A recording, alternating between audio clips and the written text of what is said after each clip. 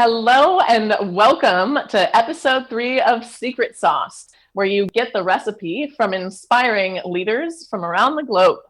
Today, we have a very special and exciting guest, and she also happens to be a very empowering female. Normally, I wouldn't bring in the news of the day to a given show, but just in case you happen to catch me on the Today Show, I want to reiterate that I stand with all women and men who experience sexual harassment in the workplace. It's important that everyone who experiences negative behavior in any aspect, whether it be sexual or verbal abuse at work, report that and feel like something will be done in the event that that happens. I hope that tech companies and other verticals alike take a note out of the recent Uber allegations and do something about it that's proactive and not reactive like we've seen. On that note, in case you don't feel like you have a self-defense from people at work, our next guest can certainly give you a few tips. Her name is Samantha Swords, and she is actually going to be introduced by a very special additional guest that we have on the show today, my dear friend and artist Loom Cluster. Melissa, why don't you tell us a little bit about Samantha? Sure. Well, Samantha and I were actually introduced by a mutual friend, and she wanted us to meet because of Samantha's background in sword fighting and her background in Weta Workshop and my background in fantasy armor and mask design. Of course, we got along instantly, and we talked armor, film, games, books, prop making. You have one there. And we talked about everything. But the interesting thing is when it came to sword fighting, I was intensely curious, but I was completely ignorant. I mean, my knowledge of swords is only what I've seen on games and film and TV, like most of us, right? And after watching movies like Lord of the Rings, Game of Thrones, I'm sure each of us have had that one little moment where we thought sword fighting would be kind of awesome, right? I would totally do it. Totally. We think, yeah, we're totally gonna kick ass. And it was like a dream of mine to be able to learn sword fighting one day, but I figured sword fighting would only have room for the cold, stoic, nerves of steel kind of person, which most of us aren't, I'm assuming, but most of us are pretty average people, right? So I guess I was kind of surprised when I met Samantha face to face, and the words gentle and warm were the words that came to mind. Ooh, and as I got to know her, I noticed, she is, you talked with her yourself, right? And I noticed she has this amazing ability to make people feel very welcome. She makes people feel like they're seen and heard. And as someone, I grew up in New York. I was born and raised here. Feeling seen and heard is a rarity in a noisy city like New York. Amen. One of the reasons I left, sister. I hear you on that. So the way I see it, the sword is Samantha's art, and she uses it to inspire hope and to help individuals discover the type of fighter they wish to be, not the type of fighter people think you should be. And she's very much someone who I think embodies that noble fighting spirit in everything she does. So that's what I love about her. And with that, I'll leave it to you, Savannah, to do your thing. Melissa, thank you so much. Yes, for those of you, we will do a show on Melissa on the Secret Sauce for sure. These are her masks. She is Loom Cluster. She's designed an incredible amount of beautiful art, but especially armor as of late, hence the wonderful connection to Samantha. And without further ado, hello to everyone. Thank you, Melissa. Hello to everyone on Facebook, Vincenzo, Alexander, anyone else who has tuned in today from Facebook or YouTube or watching our replays on Periscope. We thank you. We welcome your questions and your comments. And most importantly, your share is what allows us to be here on the air. So please do spread the word if you know anyone who dreamed of being a sword fighter as a young child, or maybe still does. Without further ado, Samantha Swords, welcome to the show. Hi. How are you today? I'm blushing. Gosh, that was a lovely introduction from Melissa. Thank you. Do you think of yourself as a gentle and kind warrior, as she described? I think it depends who I'm talking to.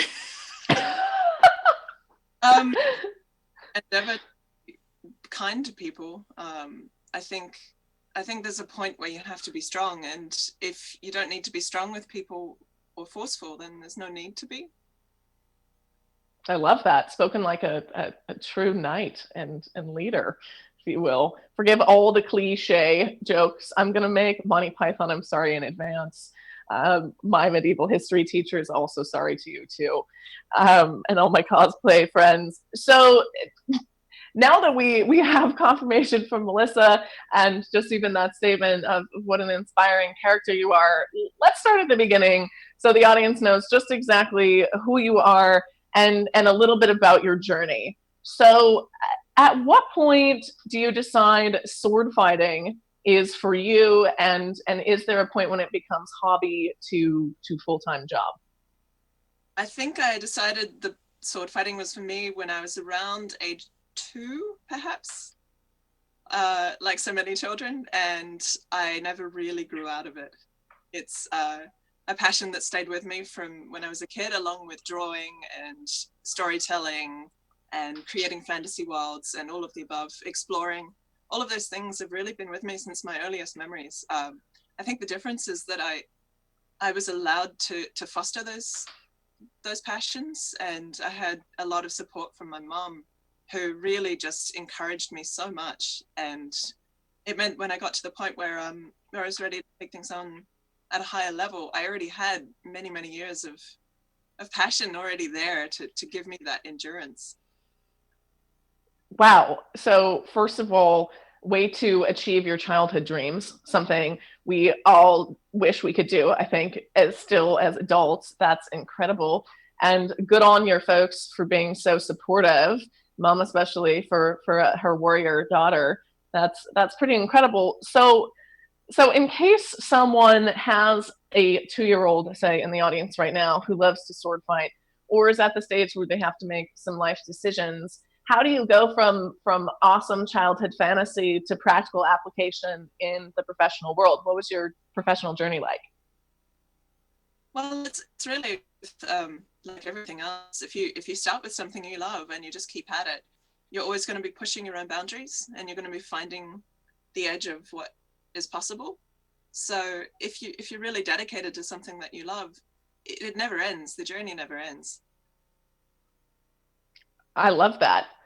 What was the first time you got professionally paid to wield a sword and battle someone? 2011. And can you Those Facebook memories reminded me the other day. Hey, that's awesome. So explain it to me like I'm 5. Did you create a resume of your skills? Had you been fencing? Someone noticed you? What happens? I was pretty involved with sword fighting, and I think word got around until someone said, "Hey, I've got this event coming up where I need someone who knows what they're doing. Are you interested?" And of course I said yes, and it really went from there. It was, as soon as you start treating yourself as a professional, you set your standard higher. So if you do what you love and you treat it like it's a job, it can become a job. You are just full of profound advice. I love this. This is I'm sitting here getting inspired and a little distracted myself thinking about that. That's great. It's lovely. So this was in New Zealand, correct? Oh no, actually, or was it? I'm sorry. Yes, it was in New Zealand, but I grew up in Australia. Okay. So you've now lived in quite a few different countries. Is there an evolving sword fighting community across the globe? Did you move strategically for sword fighting for other reasons? I actually moved for work. It was a point where my work on The Hobbit had finished, and then I had a big break really between jobs, which is what always happens in film. And so I decided to go back to school, and I went and I did some training as an outdoor adventure instructor, which is what I also love to do, is outdoor adventure. And some of those instructors were very important to me when I was growing up and how I view the world. And that didn't work out for a number of reasons, unfortunately. So I then looked at coming overseas and working up here, because the grass is always greener, right? And we'd actually had a whole bunch of projects that had been made. We'd made the project production words.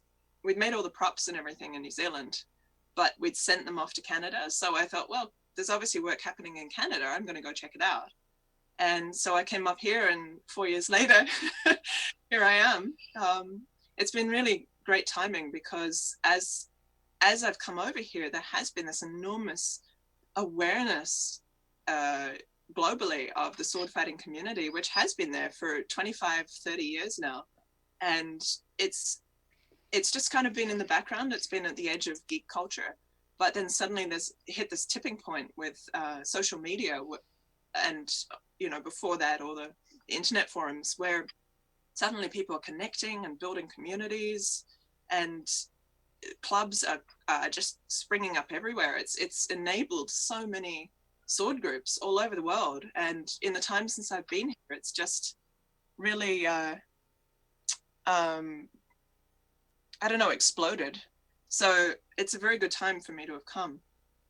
That's great. Are there any, we're going to take some community questions here in a second, and we actually have quite a few that the community asked in anticipation of you being on the show, which is amazing. But just are there any trends in the sword community? Is there ages that are more interested in sword fighting? Is it all inclusive? Anything that you notice? It's fantastically diverse. Oh, that's good. I've really seen so many different types of people doing swordsmanship. I think there can be a bit of a polarization with, some people are more drawn to the sports end of the community, and that certainly gets a lot of coverage. And it's fantastic. It's sexy. It's fast. It's athletic. It idealizes all the things that we love in martial art. But there's also a whole iceberg below that of all these researchers and scholars and people who are fairly quiet, who are working behind the scenes to build the community and build the information that we're fighting based on. Because what we're doing is a historical revival of something that was, or as best we can understand it. That's fantastic. Do you feel like you are a champion of history in that regard too, that there's a true historical duty to your craft? I do, but I like to see myself as an explorer more than a champion. I think I like that. Yeah. Champion has in our culture. Yes. So I'm going to let Rob read some comments here that we've shared with the community, but I just want everyone to see how terrible my sword is. My unfortunate prop for today is exclusively one that my boyfriend used for Halloween. Oh. So, but at least it's better than nothing. And I get to feel super cool like a little kid today with my sword and my mask. I'm feeling very good. I love All right, Rob, what? Yeah, all right, so Vincenzo says, I love swords, fantasy armor, what? And Alexander Demetrius said, hello, Savannah. We'll be enjoying the show in spirit. But Vincenzo actually did have a question. He says, does Samantha work on Game of Thrones at all? If not, she should. Badass. And Emily Sticks Moynihan says, nice. Treat yourself as a professional to set high standards. Yeah, girl. Yep. And then Vincenzo said, I love history and exploring. This is so awesome. I love swords. How can you not love a sword? I know. How can you not be excited watching the show today? I mean, I feel like I could scratch my head with my sword right now. I never have tools like All right. So, but I'll let you guys continue, and then we'll check back, I guess, in a few minutes, and I'll read some more of them as they come in. Great. Thanks a lot, Rob. And again, hello. Thank you to everyone who is joining us. Please share and do share your favorite sword story with us from your childhood, perhaps your weapon of choice when you were a little one, whatever it may be. We want to hear about it, or even just tell us where you're currently sword fighting in your office today and what the weather's like. So to that note, let's talk specifics, depending on what you feel comfortable sharing with us and what you're allowed to share, Samantha. What are some of the blockbusters or exciting projects that you've worked on or currently working on right now?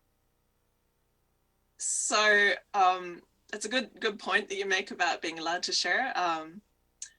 It's generally a thing in the film industry that for every project you work on, there's two others that either don't happen or you can't talk about till they happen. So with that in mind, what would you like to ask?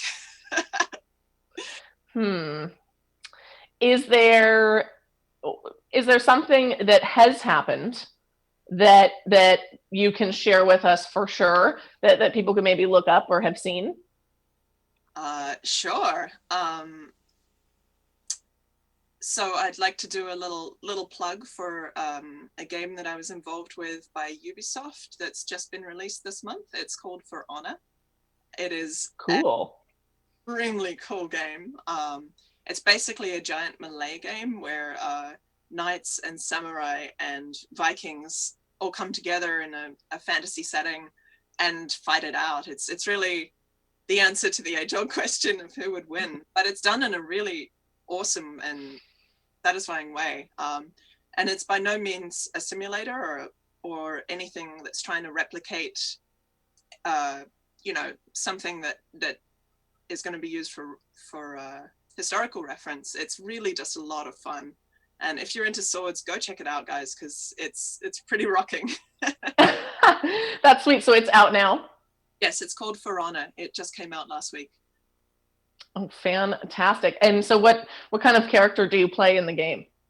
I'm not able to talk about anything except to say that I'm involved, which is public knowledge. So. Okay. Well, it'll be up to the audience. Bonus points for whoever plays the game and figures out what character Samantha Swords is first, because we are allowed to talk about it as fans. That's the fun part. So excellent. Are you a gamer yourself? Speaking of, I know we're both openly a little nerdy. Goodness, yes. I was hoping that the N7 Normandy behind me might have given it away, but if not, I'm just going to show it off. This is from Mass Effect. Okay, this is my 20-second plug for Mass Effect, which is one of my favorite games and has meant a great deal to me over time because it's just terrific, the role playing and the decisions. I think I wouldn't be the person I am without female Commander Shepard to have kind of given me a script for my life. Excellent. Gosh, I wish we could have her on the show to join us. Wow, that is awesome. Speaking of people who have been an inspiration to you, we have a question. Are there historic women sword fighters that are known in literature or in history that you've looked up to and are inspired by? When were there not female sword fighters? The thing is, history is often written by people who it's not in their interest to promote all the minority stories, and women unfortunately were a minority for most of history. However, there's ample evidence that women did fight. Up until a few hundred years ago, it was not uncommon for there to be Marias and Sarahs and the lists of medieval armies. Obviously, it was a minority because most women were pretty busy with the kids and the home and everything. But certainly, the further back you go back in time, the less unusual it was for women to be on the front lines because the front lines were always much closer to home. Absolutely. Were there any Samanthas back in time? Means I'm sorry. Oh, that's fantastic. Now, I do think even in my faint knowledge of badass women weapon wielders, I do remember even some drawings and images of women doing some badass things. So we've definitely been around. We've always been fighters. We've always had a higher pain tolerance. You know, there's reasons that you found your way, I believe, in this space. So we talked a little bit about your personality and your desire to not be violent unless you need to be violent, which I think is lovely. Is that style and that attitude reflected in your swordsmanship? I think it's certainly something that's evolved over time. When I first started sword, I was really just wanting to play and have fun.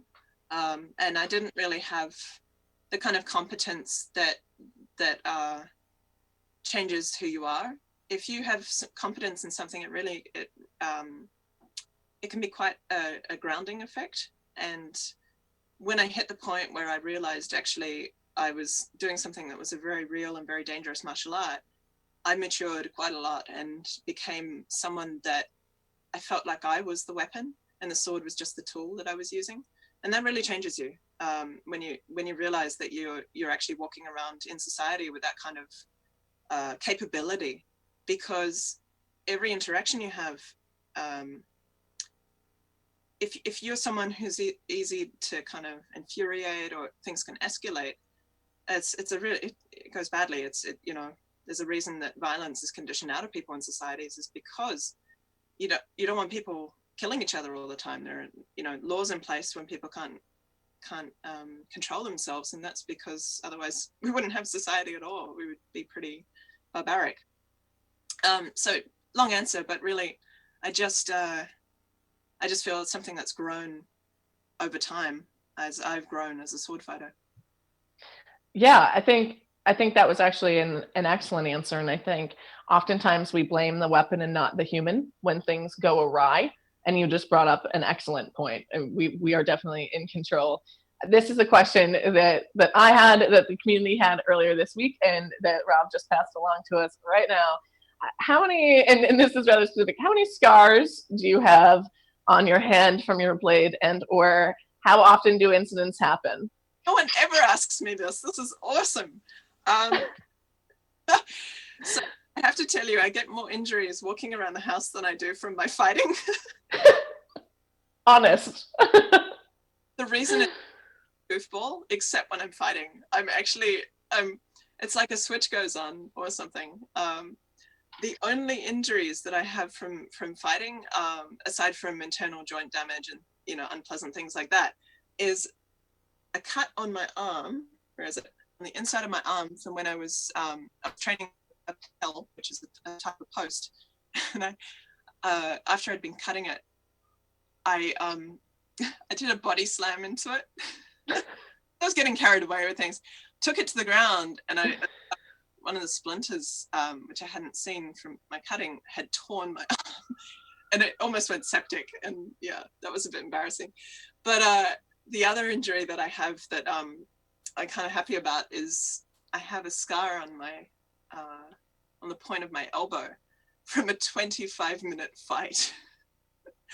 And to give you an idea of how ridiculous that is, fights shouldn't be longer than 30 seconds. Honestly, if you're actually fighting someone, it's over pretty fast. And so the two of us were so equally exhausted that we just kept going on and on. And this was a competition fight. This was like 2011 for points. And we just couldn't actually get an advantage on each other. And they changed the rules and the format of competition after our fight, because it went for 25 minutes and we both nearly died of heat exhaustion. Oh my God. My fellow that I was fighting with, the way he won was he nabbed me on the elbow, and I couldn't, my hand started shaking, and I just couldn't control my hand because of the physical nerve vibration. Yeah. And after that, I went out and I got a really nice pair of arm guards. Wow. And it was okay. It was all I could afford at the time, but I upgraded after that. Necessity is the mother of invention or upgrades in that case. And next time I think any of us hit our funny bone, we'll think twice about the fact that we weren't in a match competing.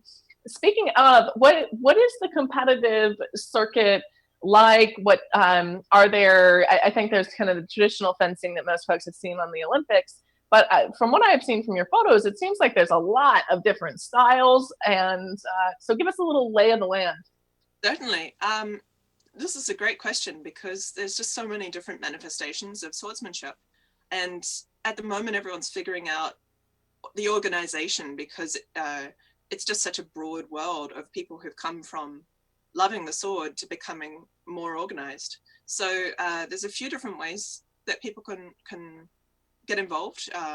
There are some really high prestigious kind of competitions in the historical swordsmanship world, as well as in things like medieval battle, Battle of the Nations and the International Medieval Combat Federation. They have really big prestigious events. There's all the other groups that have been around a lot longer as well, who are doing swordsmanship in their own way, like the SCA. They have excellent rapier techniques, as well as really awesome gigantic battles. And I think the people in different groups kind of look at the other groups and go, well, that's what I do, therefore it's not legitimate. But I think all of it's legitimate. Honestly, it's really about where you're at with your journey and what you want to get out of it. And having competitions is great because it can give you something to push yourself and put everything you're learning into a high pressure situation. It's not for everyone, obviously, like competition is a big deal, but it's great to have luck in place. So there's some really big competitions that happen every year in Sweden. The biggest one in the historical European swordsmanship community, martial arts community, is called Swordfish. And it happens, I think, October every year. And that's a huge deal. But there's big events in America as well. There's, especially on the East Coast, there's something called Long Point, and there's something called Iron Gate Exhibition. You've got the Western Martial Arts Workshop up in, it's either Canada or Chicago. There's stuff happening everywhere. That's great. No, that was a really good overview. Shout out to the Swedes. I'm a Peterson. I am a Swede.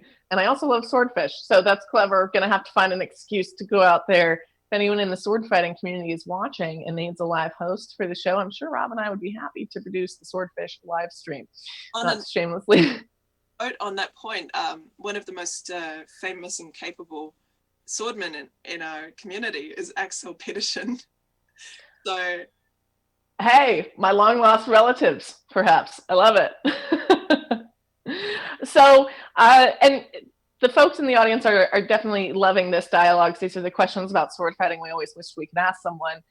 Can you explain the difference between fencing and sword fighting, and if there is one, or what the linguistical bit is there? Sure. You broke up a little, but I think I got the gist of it. The difference between fencing as we know it and historical swordsmanship. Is that what? Yeah, absolutely. Cool. So here's a fun thing. It's all fencing. It's all fencing. The difference is that fencing has evolved through time and changed. So historically, fencing looked very different to what modern fencing looks like. It's just a case of when it happened. And so for clarity's sake, I'm going to say historical fencing and modern fencing. Modern fencing is a very refined sport that's about very limited motions, bursts of speed and agility, which is definitely important in swordsmanship, but it lacks the defensing aspect of fencing. So the further back the art of defense was really the art of arms. Like anything you did to fight was the art of defense. And in medieval Europe especially, there were extremely rich combat forms that evolved from the necessity of having constant warfare. So the warrior class were an elite class of people who were able to dedicate the time to learning. And in that kind of environment, of course, masters arose of people who were better than others and understood the mechanics of swordsmanship, mechanics of the body, the same way that they did in the East. Unfortunately, the difference is that in the West, as there was great upheaval and new technology and warfare, the kind of technology that brought guns and everything, a lot of those martial traditions were lost as being mainstream things. So, and new traditions arose. I mean, the art of firearms is a wonderful martial art. If you consider it a martial art, it's just very different to the kind of interpersonal, physical manipulation of the body that's involved in swordsmanship and historical fencing. That was fantastic. Forgive me if I'm the only ignorant one out here in the audience, I had never realized fencing came from the word defense. That said, feeling like perhaps that was a Bond moment, maybe you're just wonderfully illuminating. We're all here to learn, including myself. That's fantastic. I think what you also brought up is so important. It's unfortunate when the discussions between martial arts, both with guns as well as with swords, get meddled in with violence, because they're just two very different things. And I was so happy to have a true artist in this space on the show, because I just, the conversation is very one-sided right now. Speaking of, so many people asked me this even in private text message when they saw you were going to be on the show. Have you ever used your sword skills in real life? Well then, that's a very good question. So I certainly use the things that I train for in swordsmanship and in my everyday life, which is things like awareness of my environment, coordination, targeting, all of that kind of thing.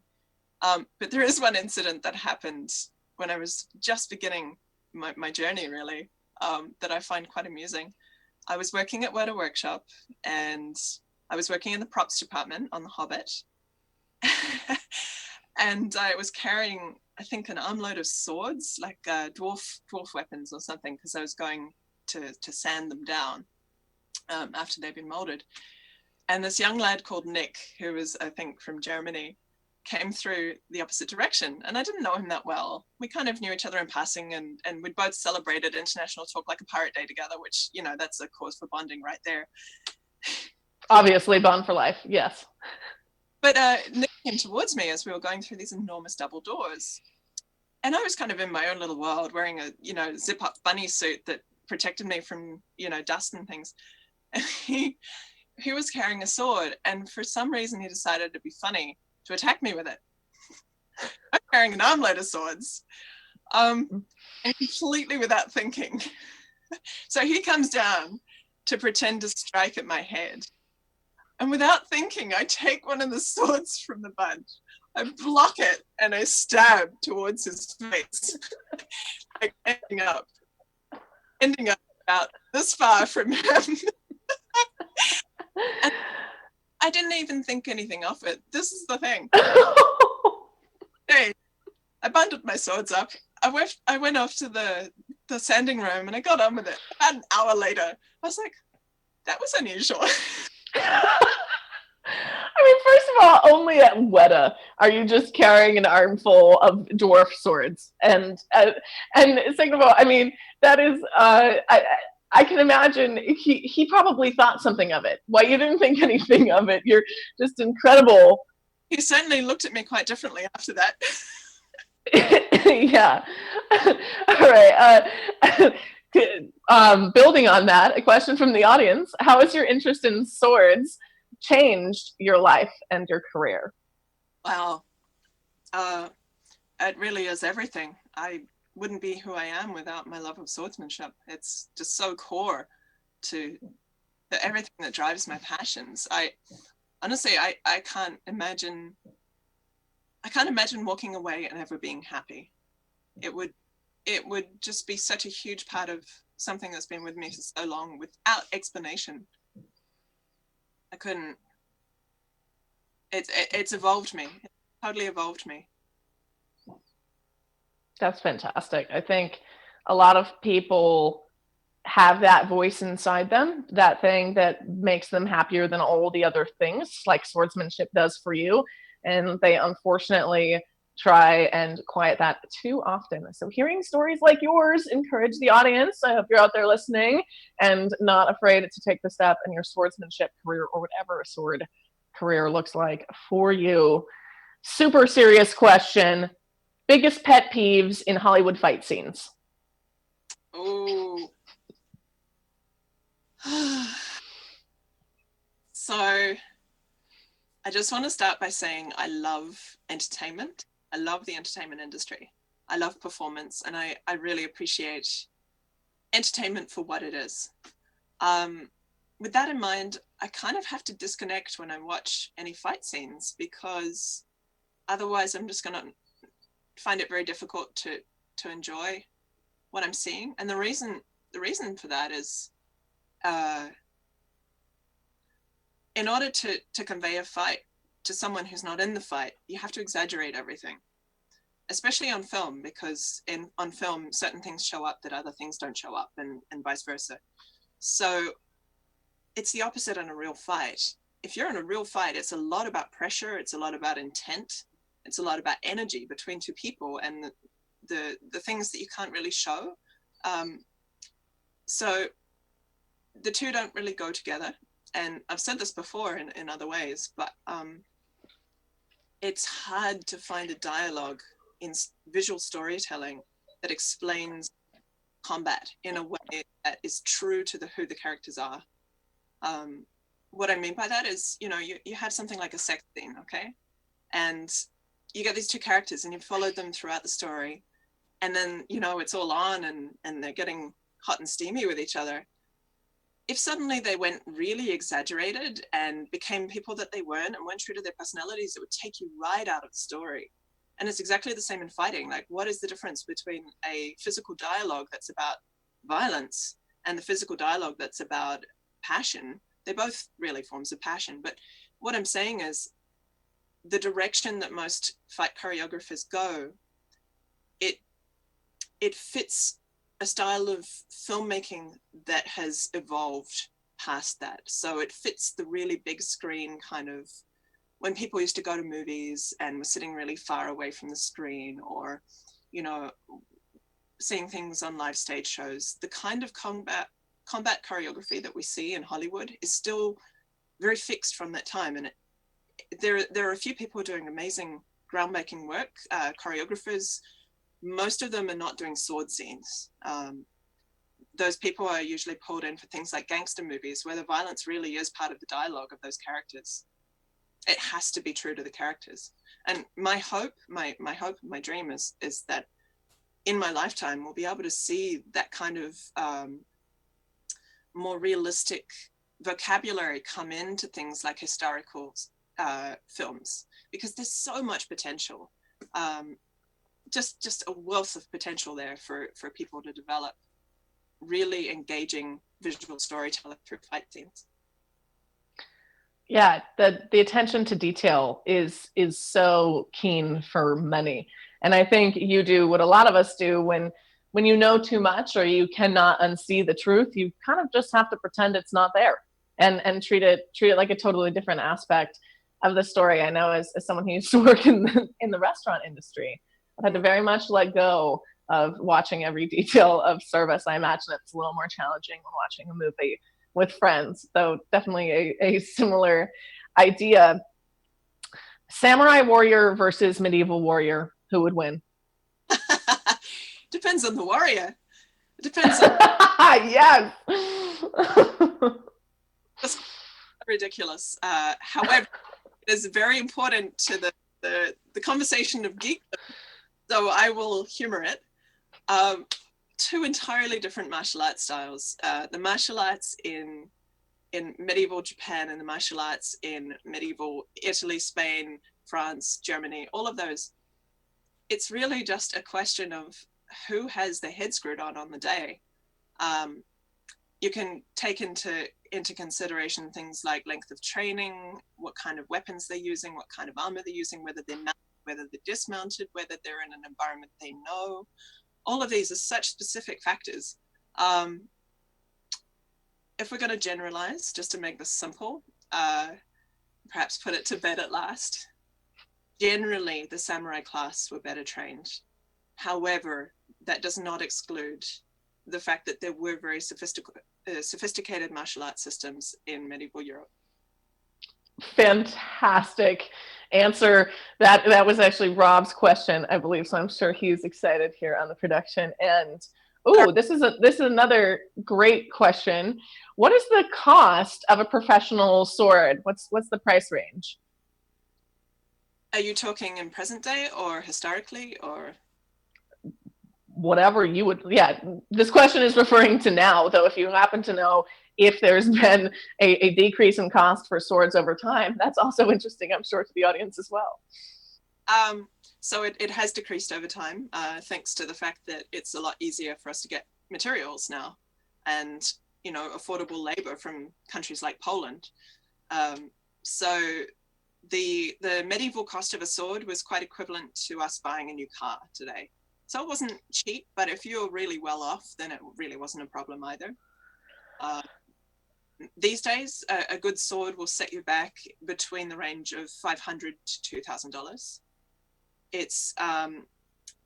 It's possible to get reasonable starter swords for $200 to $300, and I'm talking US currency. These prices they change according to when new things are made, but the more that people are doing swordsmanship, the more products are available, and there's some very nice swords on the market right now. Any that you would recommend, or any materials sword shoppers should be preferential towards? Oh, sure. If you're going to be buying a sword for Western martial arts, then you'd be wanting to look at someone who actually supplies for Western martial arts. There's a lot of options. The golden standard in my mind is Albion, which is based in the US, Albion swords, but they're very expensive because they're also the best. There are a lot of sword makers in Poland. I always forget the name of the Polish smith who made my swords, Simon Ślubowski, I believe it is. I'm really sorry. This is his opportunity to chime in and newsjack. It's okay. We'll make sure all the Polish steelmakers know about this video. He's pretty well known. If you asked anyone in the historical European martial arts community, they would probably know his name if they're buying a sword in the last few years. However, there are other makers as well. There's Dark Wood Armory in somewhere in the south of the States, and in the UK, there's a really great distributor called the HEMA Shop, HEMA, which is a part of the Night Shop, which is a fantastic shop. Be careful. Leave your credit card in another room. Put it in the freezer. Just again, that's the Night Shop, and it's a for a lot of other HEMA gear. Awesome. Continuing on this thread, because there were a lot of very curious questions about swords specifically. What's not obvious about sword? Ooh. Got a really big one. Purple Heart Armor States. I'm really sorry, Natasha. Totally skipped my mind. No, it's great. Purple Heart Armory. We're giving them a special shout out now that you remembered it. Check them out online for sure. And speaking of folks online, hello to everyone on Facebook and YouTube Live. We love having you with us and asking these great questions. So general sword maintenance, what is and isn't obvious? How often do you sharpen? Where do you keep the sword on your person? Any pro tips? So I'm a little uncomfortable right now because I got my sword slightly damp and it rusted instantly, and I haven't got around to cleaning it. The thing is, the more historically accurate the sword, the more likely it is to rust. A lot of people getting their swords often go with stainless as an option because it does make things easier. But if you want to go for a more historical material, it's unfortunately going to come with the problem of constantly trying to keep it oiled and rust-free. It is really easy to clean the rust from a sword if you get it early. If you leave it on there for a while, it's going to eat away and it'll be much harder to pull out. So I always recommend just leaving a little bit of light wax or oil on your sword. Probably something like surfer's wax is actually something that I am experimenting with to see how useful it is. And that's proven pretty well, except in the recent incident where my sword got wet. So yes. There's also, you can get like sandpaper, a very fine grade. You want to just kind of rub it. You don't want it to be too thick. You want something that's quite fine, like a 500 grade or upward, especially if your sword is polished. But if you're just keeping something for regular training, it's going to get beaten up in your sword bag. It's going to get beaten up on the field, that kind of thing. So it shouldn't matter too much if you're putting some marks on it with a rougher sandpaper. Obviously, if you've got a beautiful, sharp museum replica, you really want to take care of that. That's something that you're not going to be polishing or sharpening unless you know what you're doing. A lot of people who do sharp sword cutting often have a special sword case where it's kept at all times. They're very careful to keep the weapon clean, make sure that the edge is always straight and not burred. You can get sharpening stones. It's a lot like keeping a really nice kitchen knife set.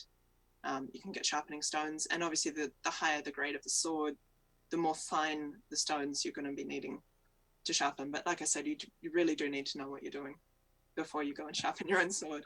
I can imagine that may be one of the more hazardous parts is actually the maintenance, because you're a little more relaxed and just trying to pay attention to it. Oh, this is a great question. We know you're a speaker as well as a teacher. How do you use sword fighting as part of your talks and speaking engagements? It depends what people want to hear about, really. I mean, I try and share what I know that might be obvious to me, but might not be obvious to other people who love swords. And I try and kind of bring that in when it's relevant. It really relates to who I'm speaking to, you know, like if I'm talking about, obviously there's a huge cultural connection to swordsmanship, because all of our mythology is really based on, you know, stories of heroes defeating evil and monsters and overcoming great odds to do so. So there's a huge connection there for our culture. But then I try and bring in the practicalities as well of actual swordsmanship, because there's swords as an ideal and then swords as a reality. And a lot of people don't think about the reality when they fall in love with a sword. I think the sword could be a metaphor for a few things, but absolutely agree with you 100%. We had some quirky and cheeky audience questions about partner selection. So what do you look for in a partner, both in sword fighting as well as in life, and are the characteristics at all similar? Well, I'm not actually looking for anything at the moment, but thanks for asking. I mean, sorry, buddy. We appreciated your question. I'm not surprised you asked. So the question about something that I'd look for in a partner of someone that I'm working or training with. Yeah. Probably the single greatest quality would be someone who does what they say they're going to do. Integrity is really important to me, and it's something that I try and build on in my own life, is to be true to my own word, because if I can't keep my word, I really don't have anything. That's all I really have, is my integrity at the end of the day. So when I'm working with somebody else, I would hope that they were able to do what they said they were going to do and really follow through on that. Also passion for what they do. I think that's really important. If you're working with somebody, that they're passionate and engaged with whatever project or whatever training, or, you know, just being really motivated to evolve and to achieve. That's definitely an energy that I respond well to. Absolutely. Honor and integrity above all. I feel like this is like a Three Musketeers pep chat. You definitely do. You are the essence of everything I've associated with swordsmanship and martial arts in the positive, stereotypical way. Let's put it that way, not in any of the cheeky ways. Do you have any dream folks you wish to work with or fight in the future? Fight or work with, because I don't want to confuse them. Oh, well, then let's do it separate. Maybe, you know, fighting could be, you know, part of work, depending on how you slice it. But let's treat them separately. Love to work with Angelina Jolie. Yes, you've got a bit of a Tomb Raider vibe going on too. Badass woman, strong, with the skill set. Angie, if you're listening, I'm sure you've tuned into the broadcast today. Check out Samantha. She's got it going on. We definitely endorse you, oops, I'll point this way, endorse you working with her on your next project. I really admire everything she does and who she's become since she went to Cambodia for Tomb Raider. She's grown so much and overcome so much, and still been able to stay connected to people and the world, and just in the enormous pressure of Hollywood. I can't even conceive that kind of pressure. To be able to remain someone that's vulnerable and still doing powerful work is just an enormous quality. And there's a lot of other actors and actresses and people in the public eye that I really greatly admire, but Angelina's on my mind at the moment, especially, and she's gone back to work. She did an interview with the BBC yesterday, and I just so much admire her grace and the way that she handles things. Yeah, so absolutely. She's someone I very much respect too, and you're right. She always goes high, so to speak, and always dedicates a lot of time to work. So what about fight? Who's your dream villain to take down in an epic battle scene? Or well, I thought you were going to ask who would I love to fight if I had anyone. Well, you can do that too. They cannot be villainous. I just assume, maybe there's some psychology there, but maybe not.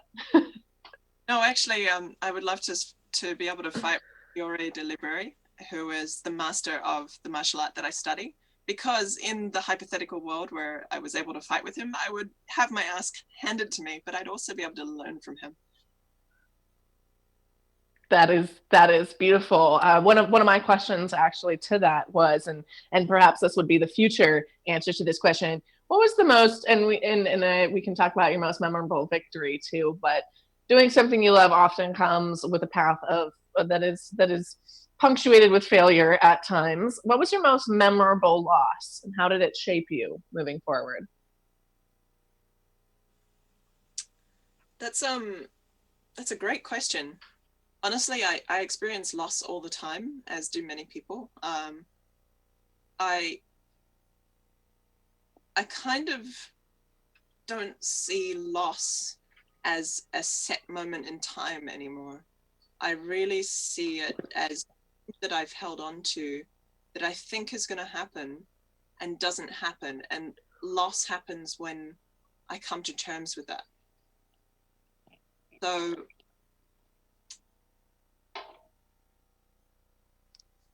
I mean, I'm getting all philosophical about this, but if you're going to be able to continue, you have to be able to frame failure as a moment rather than a period.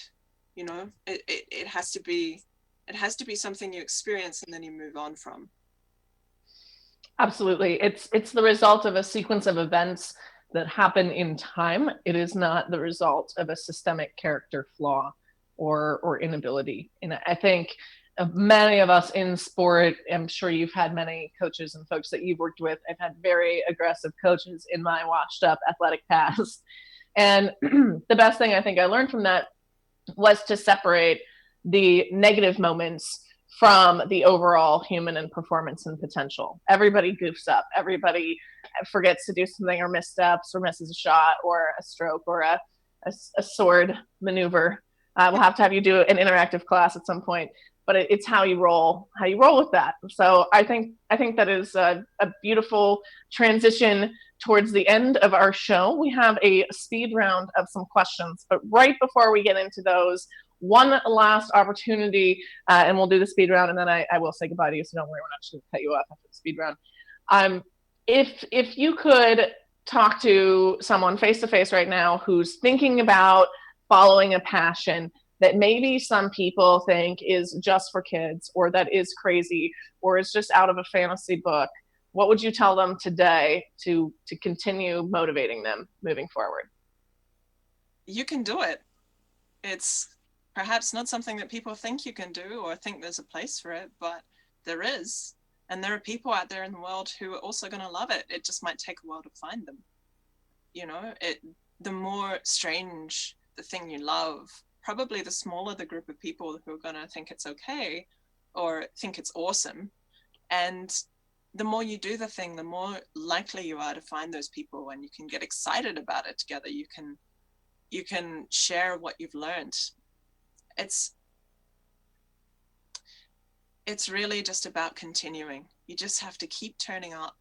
You have to keep doing the thing you love, or keep it hidden and safe until a time when you can do it out and proud, you know? And it goes for who you are as well. If you know something about yourself, something that's really important to the authenticity of who you are, if that's being smothered by your environment or by an attitude or by your own ideas about yourself, just remember, it's always going to be who you are, and the things you love are always going to be the things you love.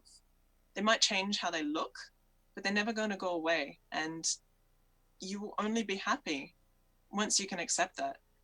You will only be happy once you have embraced yourself and the things that make you who you are. And there's so many of us out there in the world ready to embrace you and the unique things that you can bring. So keep going. Absolutely. What a powerful message. Samantha and Savannah both accept you in whatever your freak flag looks like. We encourage you to fly it high whenever you're ready to hoist it up the pole. I'm proud to have another fellow geeky woman on the team, because it just makes it so much easier to talk about this stuff in the best way. All right, so real quick answers, impulse answers to these questions, as all of our guests do. If you had a pet robot, a personal pet robot, what would you name it? I already do. It's called Siri. Love it. Yes, your voice robot counts. We'll just keep that congruent. What did you believe would be here as a kid that hasn't arrived yet? An excellent remake of the book series, The Animorphs. Oh my gosh, excellent. Oh man, did I love that series as a kid. Holy moly. Animorphs remake. Yeah, please start it trending right now. Animorphs remake. Who's ready for it? I would love to read more books in that series. I would watch the remake. Great call. Absolutely excellent answer. Thanks. What problem? Yeah, yes, yeah. And please give us a heart right now if you too read Animorphs. What big problem do you hope technology solves in the next 5 years? I hope that technology continues to connect us across the world, and I hope that we can solve all the problems that humanity are facing together through sharing our communities and understanding that actually we're all part of this world together. And the only way that we can really fix our problems are using what's caused the problems in the first place. Fantastic. Hashtag Animorphs remake, hashtag better together. Perfect start. How do you play outside of work, even though work to you is somewhat playing? There must be a few other hobbies you have. I love to draw. I can lose time in drawing, and I would do it all the time. Oh, thank you. Thank you very much. That's a Cinquedeo from Italy that I drew recently. It's on my Instagram feed.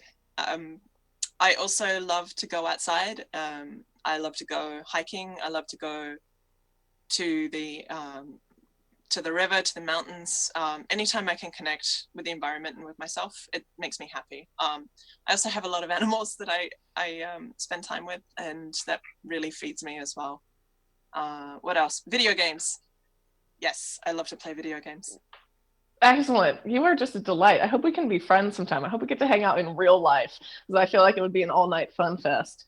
On that closing note, and with that beautiful Instagram, Samantha, how can people find you or say hello and let you know that they enjoyed today's show, or ask you any further swordmanship questions they may have? You don't have to say that you like the show, but I'm sure Savannah would love to hear from you. But if you want to follow me, I'm on Instagram, and I'm on Facebook, I'm on Tumblr, I'm on YouTube, I'm on Twitter, all of the above. Really, you can just follow me there, comment on what I'm doing. If you want to send me a message, Facebook's probably the best way for us to have a conversation. But yeah, there's lots of avenues for for a sword talk. I love it. For all you budding swordsmen out there and women and medieval martial arts fighters and whatever your passion may be, I do hope that you reach out to myself or Samantha. Samantha, thank you so much for your time today. It was such an excellent gift to have you on the show. I hope we find many excuses to have you back on the show with us one more time. Here, let's give the audience one more sword and smile, and I'll give our classic wrap up. Beautiful. She is beautiful, badass, talented, and brilliant, everyone. I hope you enjoyed having Samantha Swords with us on Secret Sauce, where you get the recipe from unexpected leaders around the globe. She certainly was one. This was episode 3. It would not be possible without the fabulous production of Enlightened Audiovisual. Sam Gonzalez and Rob Hicks. Hello, I'm a dyslexic in case we haven't talked about it. Occasionally combine words. We and everyone at Aftermark, we're so excited to bring you the Secret Sauce. I'm Savannah Peterson, savvy on the interwebs, savvy millennial here on the show. If you're ever interested in being on the show or nominating someone to be on the show, please do let us know. Nominations are still open for season 1, though it's filling up fast. And I'm very excited to say that next week on episode 4 of Secret Sauce, we will have Kevin Winston, the very exciting founder of Digital LA and one of the biggest names in the Los Angeles tech scene. So be sure to tune in next Tuesday, 11 a.m. Pacific, 2 p.m. Eastern for Secret Sauce. We love you. Have a great afternoon. Equality for all.